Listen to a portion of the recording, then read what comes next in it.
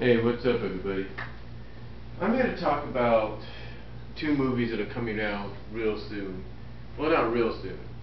One won't be released until like the next 2 years, if you can believe it. And the other one's coming out this fall. One is directly a DVD Blu-ray release as well as a digital download release. And the other will be hitting theaters in 2014.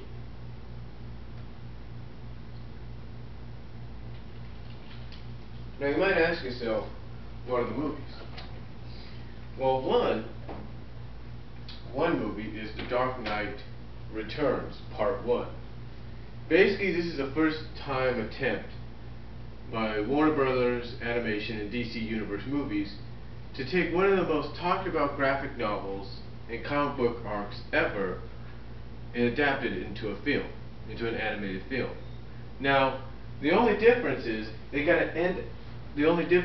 get everything or just about everything into animation and visually seen by people on DVD, Blu-ray, and digital download. Because the story, I guess, is so massive, they're going to be splitting it into 2 parts. Now, apparently, if you've watched the trailer and you've watched the featurette on sites like YouTube, Yahoo Movies, and such, you'll see that they basically took the style of the Frank Miller drawings and basically drew it, kind of animated it in a similar resemblance. Now, that may sound cool and everything, but a lot of people, I'm pretty sure, are unsure about it. But again, this is a big deal. Even Zareh Nazarek said it's a big situation. It's a big situation because it's a big situation and it's a movie he can get into. Basically, if you've read the story, it takes place 10 years after Bruce Wayne has retired from being Batman. And from what I've seen from the trailer, from the featurette, it looks tremendous. It is going to be a great film. You know, it's going to be a great undertaking for them too, because they're going to be putting according to the schedule, from what I understand, Part 1 will be in October, Part 3 will be at the beginning of next year, or at least around that time frame.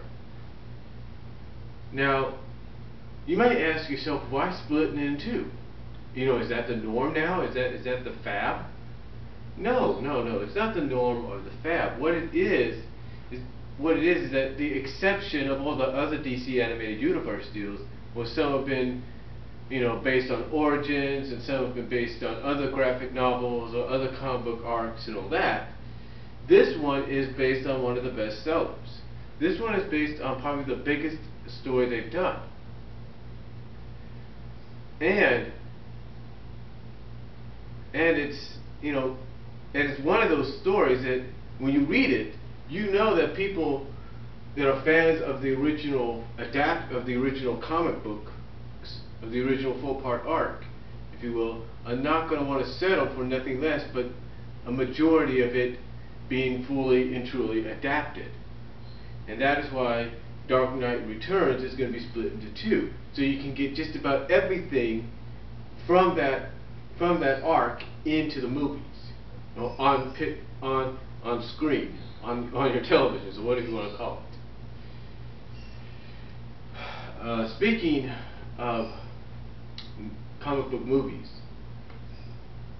we all knew that X-Men First Class was going to get a sequel.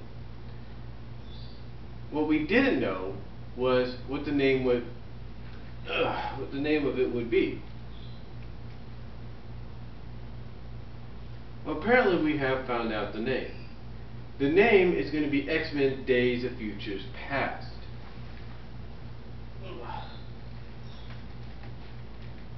Stretch out there a little bit. But it's going to be Days of Futures Past. Now you might say to yourself, what's Days of Futures Past? Well, if you haven't been reading X-Men or watching X-Men, Days of Futures Past is basically a storyline where a character where a certain character in the majority in the original storyline, Kitty Pryde, goes back in time, an older Kitty Pryde, if you will, goes back in time, or at least sends her mind to her younger self, or something like that, I don't know, goes back in time to try to warn the X-Men about an assassination attempt on Senator Kelly. And that if they don't prevent this, everything for mutants is going to go straight to heck. Now, this has been adapted in the original animated series. Actually, the first adaptation somewhat was done in the first season, when Bishop made his debut. Now, the assassination in the first season was prevented. Second of all, the second time it was adapted was a few seasons later, when instead of Senator Kelly, it was Charles Xavier. And things changed because his assassination, or his death, that wasn't supposed to be. Now Bryan Singer, the producer of the new X-Men films, is saying that Days of Future Past is going to incorporate some of what you've seen in the original comic book stories of it, the original comic book arc, as well as some new things. As well as the director, Matthew Vaughn, says this is an opportunity to connect all the X-Men films in some ways, and possibly plant the seeds for future crossovers. I know that sounds crazy, but that is what it looks. That's what they want to probably plan to do. Now you might say to yourself, well, how are they going to do this? Well, are they going to get all the original cast back from the first films? That is yet to be seen. But if you're going to connect all the films together,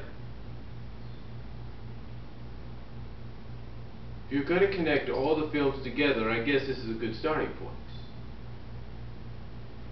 Now at Clever Movies, they kind of ask the question of, do you like this direction or do you want it to stay in 60s? Some would prefer it to stay as it was with First Class. Some are just going to give it a chance. Me, I'm willing to give it a chance because it would be nice to see how this is going to intertwine with all the films, because obviously Singer and Vaughn realized, you know what, people are going to look at First Class and they're going to say, well, what kind of connection does it have with the previous films? And that's a great point. So at least you're going to have some kind of connection there. Who will be in the film? Who's going to play who? We don't know. But all I know is this. 2014, from what I understand, 2013 and 2014 is definitely going to be Year of the Mutants. I mean, next year, from what I understand, Wolverine's coming back, and the following year you got this. So we'll just have to wait and see what occurs. But to me, it sounds like it's an interesting plot point. Interesting plot to go with, or to work with. An interesting arc to work with. So, my thoughts are, let's give it a chance before we judge it. Let's see how they do this. Let's see who they bring in. And let's hear what kind of new stuff they'll add to it. So, my thoughts are, let's just be patient and wait until we get more news. And hey, we may be surprised about what we get. So, that's all I'm going to say on The Dark Knight Returns and X-Men Days of Future Past. Talk to y'all later. Comment, video response down below.